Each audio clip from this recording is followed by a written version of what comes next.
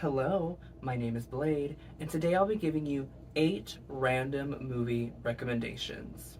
I'm almost tempted to say welcome back because it's been a while since I have sat down and recorded anything, but for y'all that do watch this channel, the few of you that exist, there really hasn't been that much of a time away. Like the uploads have been consistent besides the week that I took off, but I have like not physically myself actually filmed a video, I think in like 2 to 3 weeks. I kind of anticipated that I would be busy with finishing up my film, so I kind of like planned ahead accordingly. So it's kind of weird. It's really weird because I feel like on your end, I haven't really been anywhere, but for me, it's like I haven't been here in a while. But here I am. Welcome back, me. I guess new hair color and everything. So yes, today I thought it would be fun to just literally do 8 random movies to recommend. I really like making these recommendation videos, and I think they're honestly like the best performing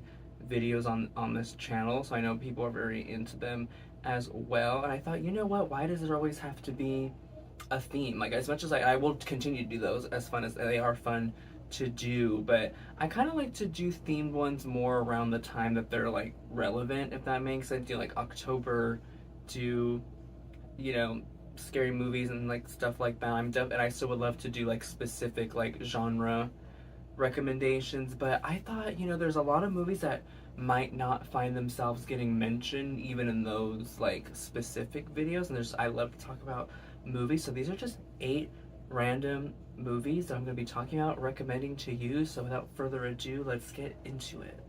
So first up, we have Bomb City from 2018 with the following premise.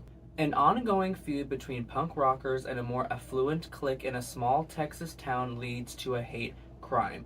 So this is actually inspired by a true story, and one that I have fallen down the rabbit hole of. Brian Dennehy. Now, I feel like I can, since this is based off a true story, I feel like it's okay to say this. It's not really spoiler alert, it's a true story. He did pass away as a result of this hate crime. So this is kind of his story, and he was a punk rocker and an artist. He was in a punk band, but he was also a traditional artist. He used to make these street signs, I guess is the best way you put it, but they would make art out of them, and you can actually still see his work at the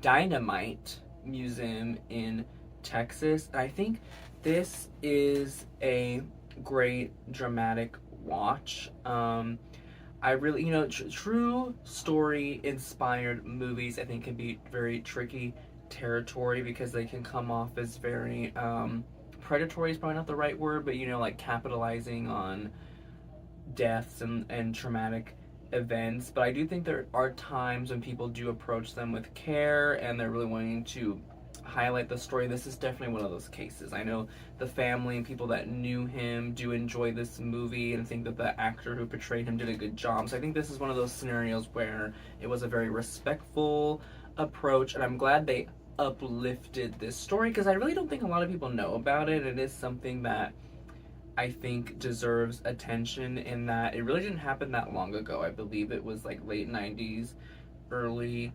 2000s, and I think it just goes to show that even, don't get me wrong, it's been like 20 years since then, but as much progress as there has been, I think it's also no surprise in today's climate that there are people who still harbor hate towards those who are different, and not even just different in in a lot of the ways that we discussed today with like gender or sexuality or race. This was really just people wearing clothing and being part of a subculture, and that people still feel that hostility. So I think this is a great watch. I recommend it to anybody who's into like punk subculture or who's really into like art for the sake of art, or not necessarily because of the movie itself, but the people that it's highlighting. And just overall, if this sounds interesting to you and it's going to be it sounds like your cup of tea, I think it will be. So yeah,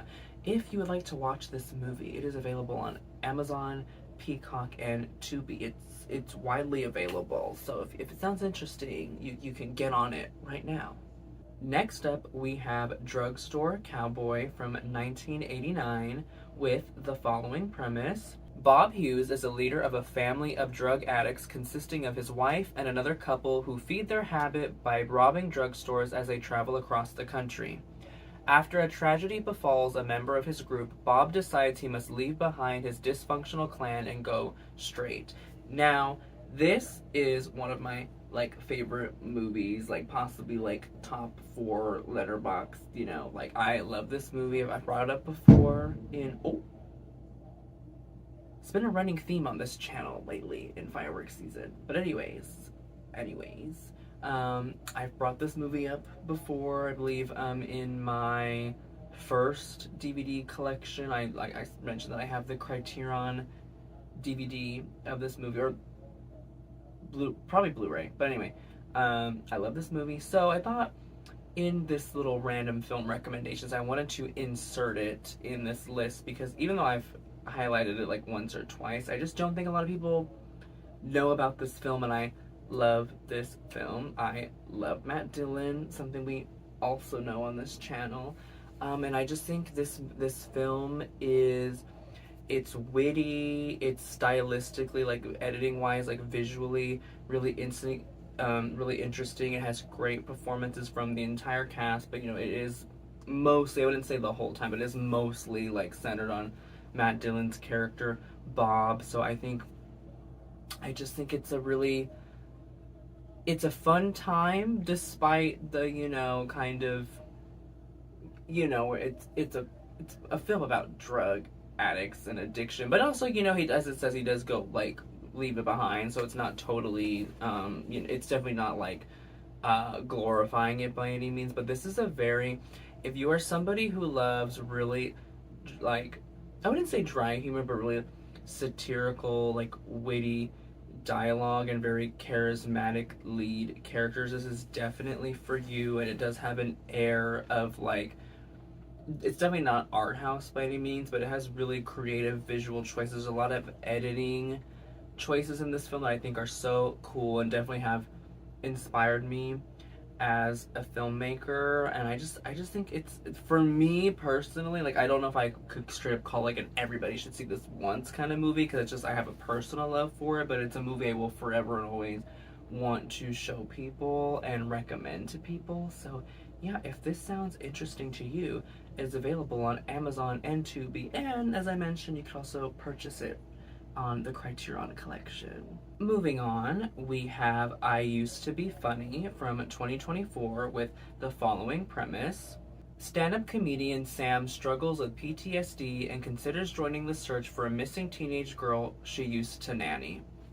Now, I am going to, I'm recommending this movie, but I'm going to do my due diligence and tell you first, this is kind of a heavy watch. It does star Rachel Sennett, so there are some comedic tones, and once again, similar to Matt Dillon, y'all know how I feel about Rachel Sennett on this channel. But that being said, she plays a stand-up comedian, so there are comedic tones, but this is the subject matter is a bit heavy. There is some, I will give you the trigger warning, that a very big theme of this movie and what the PTSD is in reference to is SA, sexual assault. So if you're not someone who can stomach that, would not recommend this. It's not gratuitous or anything like that. It's not visually, it's not gonna upset in that way. But if that subject matter you do not wish to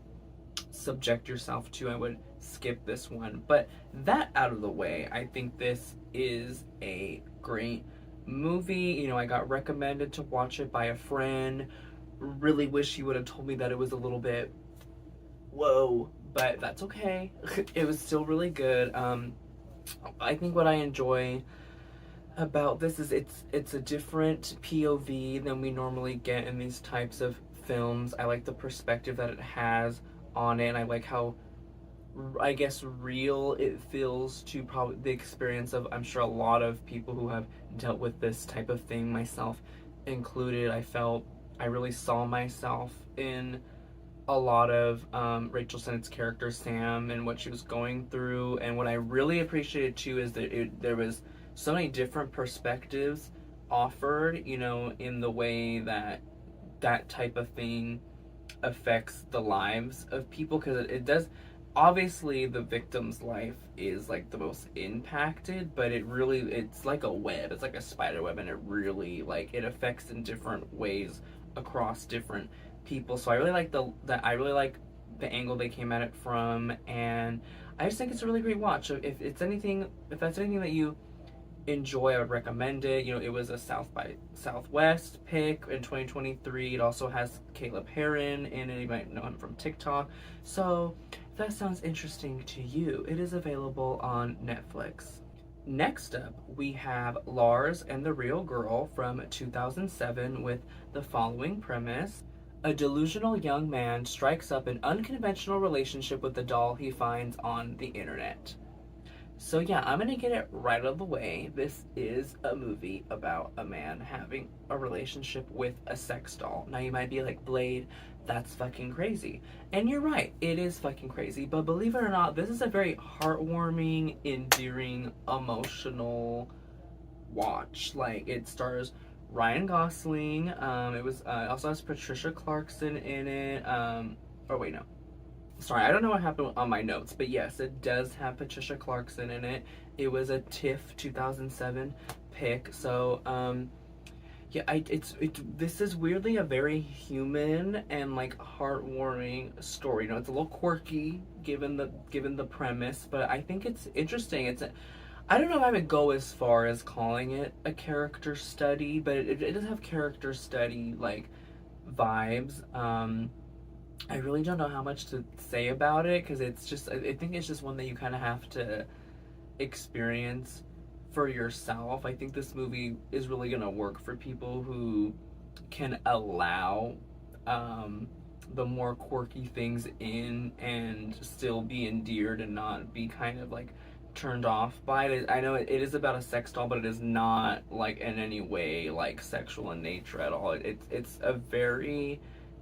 cute. I would say it's cute. It's heartwarming. I've said that word so many times, but it's very it's touching. Maybe that's a better word. I think it's a very touching story. Ryan Gosling is very good in this. He does not feel like himself at all. So if that sounds interesting to you, it is available on Amazon and Tubi. Next up, I promise I did not do this on purpose, because these two titles from Lars and the Real Girl to this one kind of have similar sounding titles, but I'm just going alphabetically. But our next film is going to be Me and Earl and the Dying Girl from 2015 with the following premise. A teen who spends most of his time making parodies of movies finds his outlook on life forever changed after befriending a classmate who has just been diagnosed with leukemia. Now, similar to Drugstore Cowboy, this is a movie I feel like I've increasingly been mentioning on the channel lately, but I love this movie, and it's once again, like Drugstore Cowboy, it's just not something that I really see in conversation brought up a lot, which is kind of crazy, because I feel like this movie came out at the peak time for this movie, like around like 2015, when like The Fault in Our Stars and like Paper Towns, like those types of movies were coming out. Now, don't get me wrong, I think this is a little bit more, for lack of a better word, like elevated than those movies. Nothing wrong with those movies. I love The Fault in Our Stars, but this definitely, like, I'm surprised it isn't more talked about, because it came out during that period when I feel like those movies were doing really well. But maybe that's because those movies are a little bit targeted like YA, and don't get me wrong, this is a like still YA, but it gets into a little bit more like mature and like a little bit more like artistic territories. Maybe that's why. But I love this film. I love, I talked about it in my favorite directing jobs video. I think the way it's shot and the editing choices, it's just all around. I have like no notes really. For me, this is like a 5 out of 5. I love this movie. It has Thomas Mann, Olivia Cooke, R.J. Klyler, Nick Offerman, Connie Britton, John Bernthal.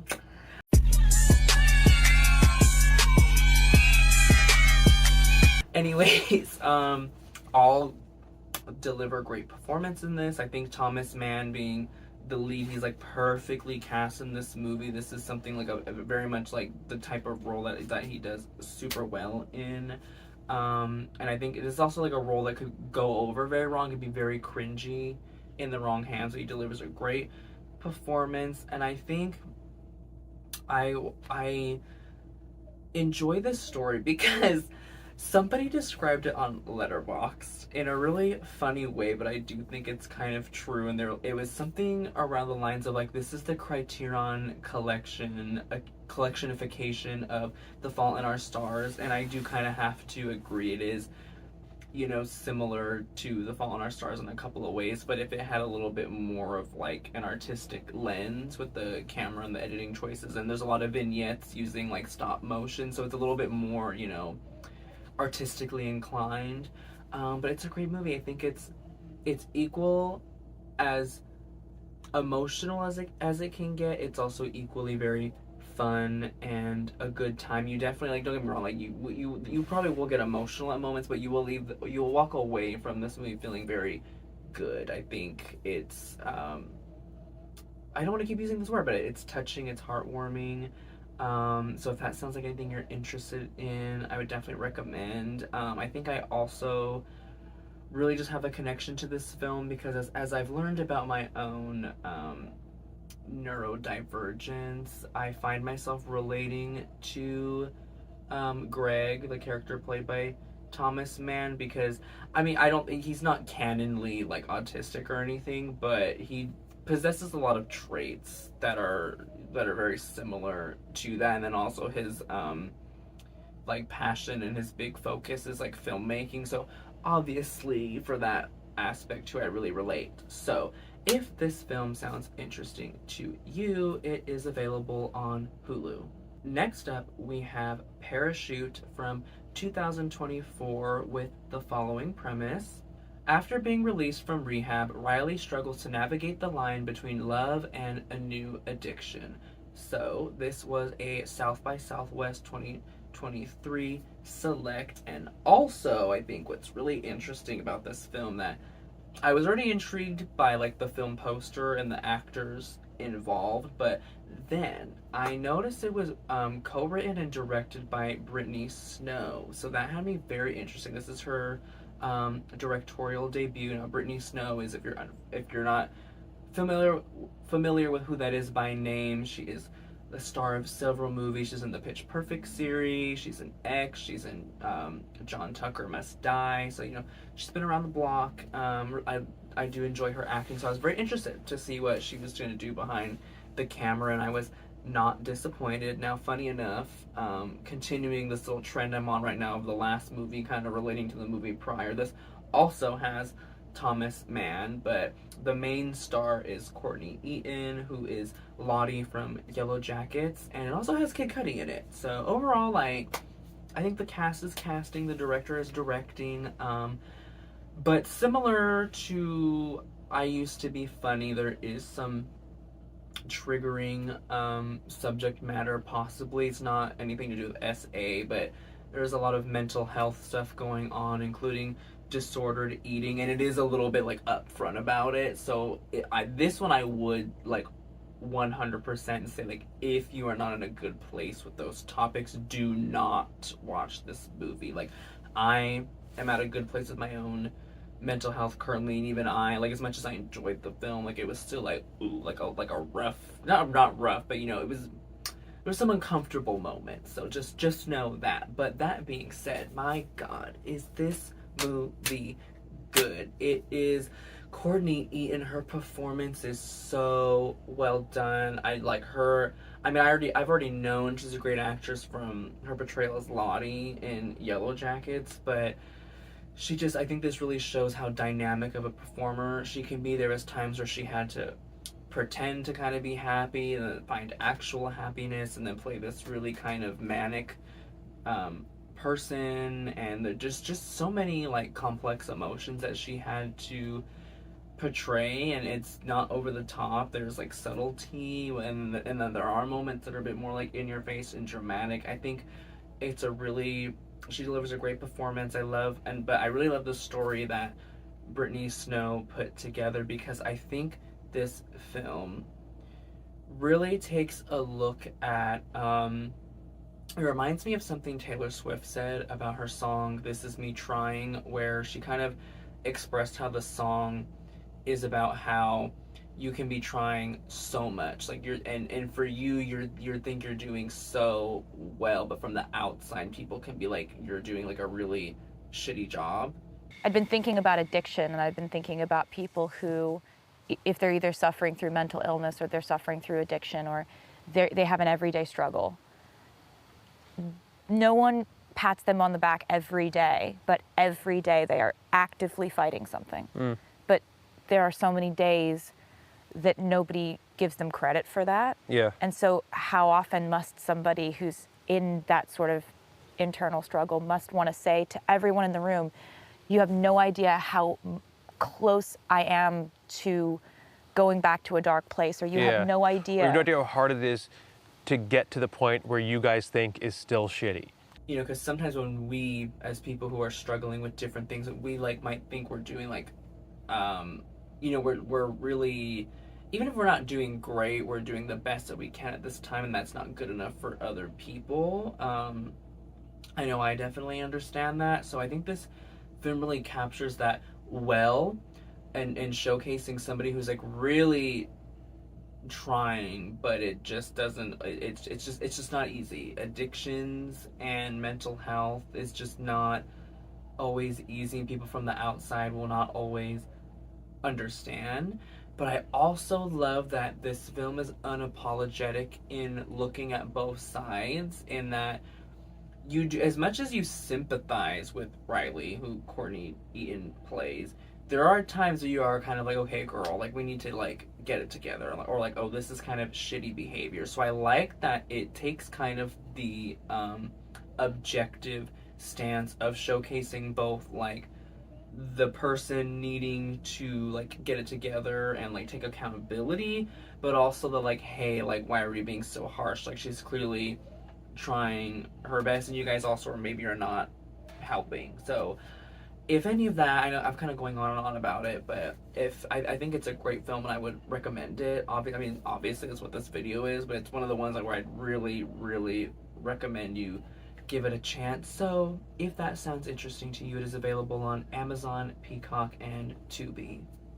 Alright, we've made it to our second to last film, which is going to be Summer of '85 from 2021, with the following premise. When 16-year-old Alexei capsizes off the coast of Normandy, 18-year-old David heroically saves him. Alexei had just met the friend of his dreams. Now, that description I feel like is a bit vague. I mean, it's not the film, but I feel like it's missing a key part with when they say the friend of his dreams, mama, it's his gay lover. Okay, that's what the tea is in this movie. It was a Cannes 2020 pick, as well as a TIFF, Toronto International Film Festival pick, but obviously, you know, COVID happened, so it didn't come out until 2021. I think it flew kind of under the radar, but it was from the 2020 film circuit.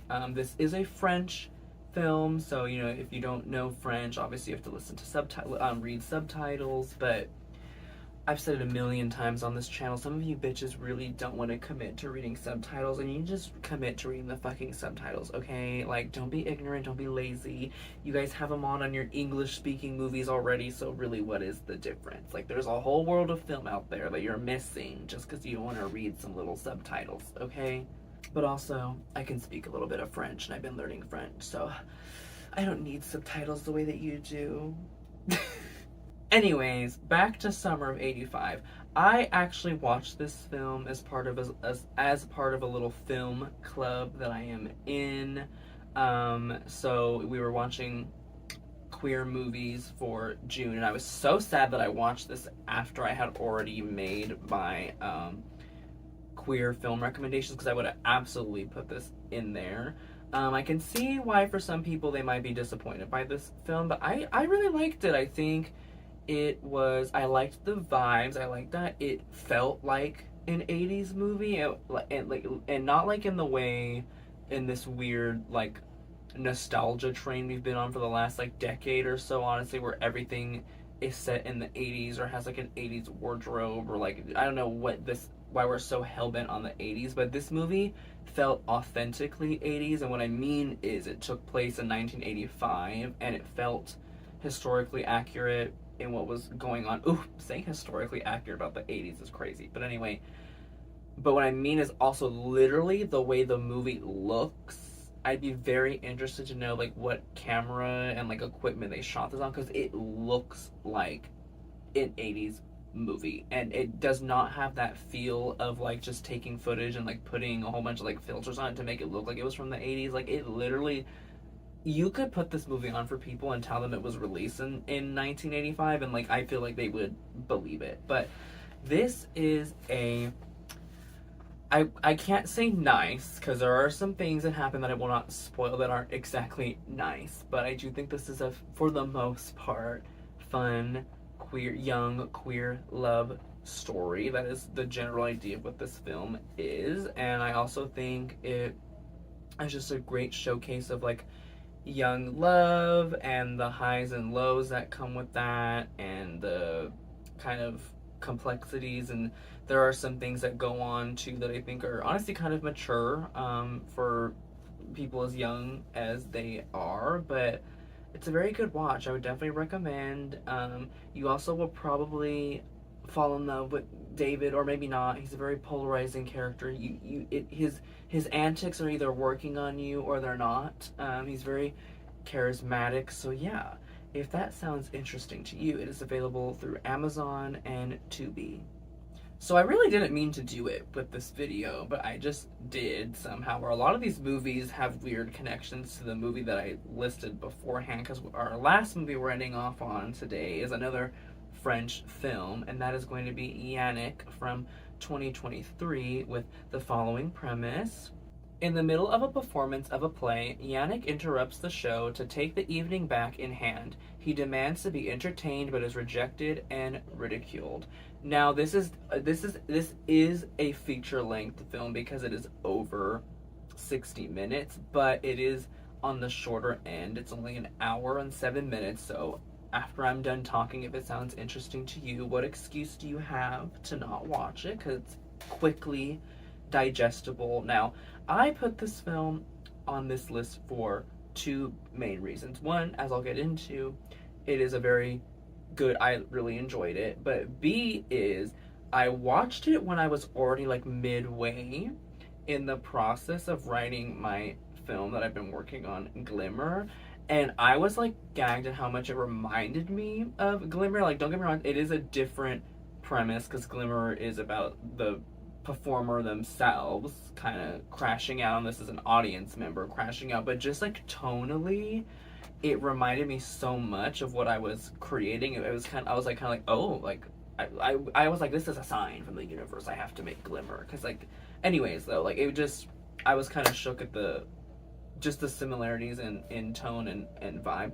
But getting to the movie though, I think this one is a very fun yet chaotic watch, and that's what makes it fun. It is so unhinged, and also, this is gonna sound really weird, but something about it being French makes it even better, because I think there's something about the French language and hearing people be so chaotic and crazy in that language. It's just like it just heightens it. I don't know, like I don't know if that sounds weird. It's the same way to me when you watch something in Spanish and two people are like fighting or something. It just sounds more dramatic because of the way syllables sound in that language. But yeah, so basically Yannick goes to the show, he goes to this play, you know, it's his one day off. I think he's like a security guard or something like that, and he's not vibing with this play. And he's like, you know what, I worked my damn ass off, I deserve a good night, and a good night I shall have. And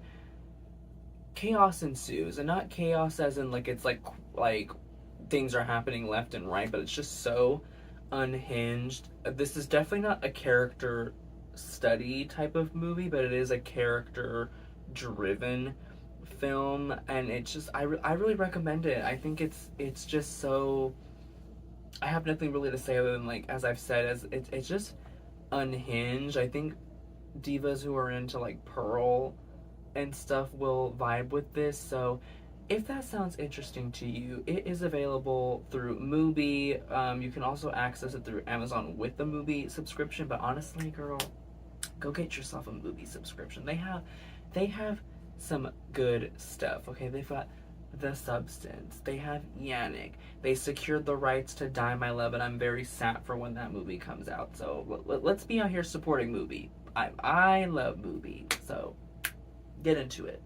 All right, so those are all 8 of the films that I have to recommend. Please do let me know if you'd be interested in this same concept over again, because I made kind of, in the process of making this video, I made kind of a master list of films that could potentially like be selected for this. So if you would like to see it again, I have a whole list of films to choose from. So I would be very happy to do this again, not like next month or anything like that, like definitely, you know, spaced out from now, but I'd be very interested in doing it again. I apologize for the continuity that's about to go down on this channel, because I mean, it really doesn't matter, it's just a visual thing. But so there was my DVD collection video that I filmed back in June, and I have one hair color.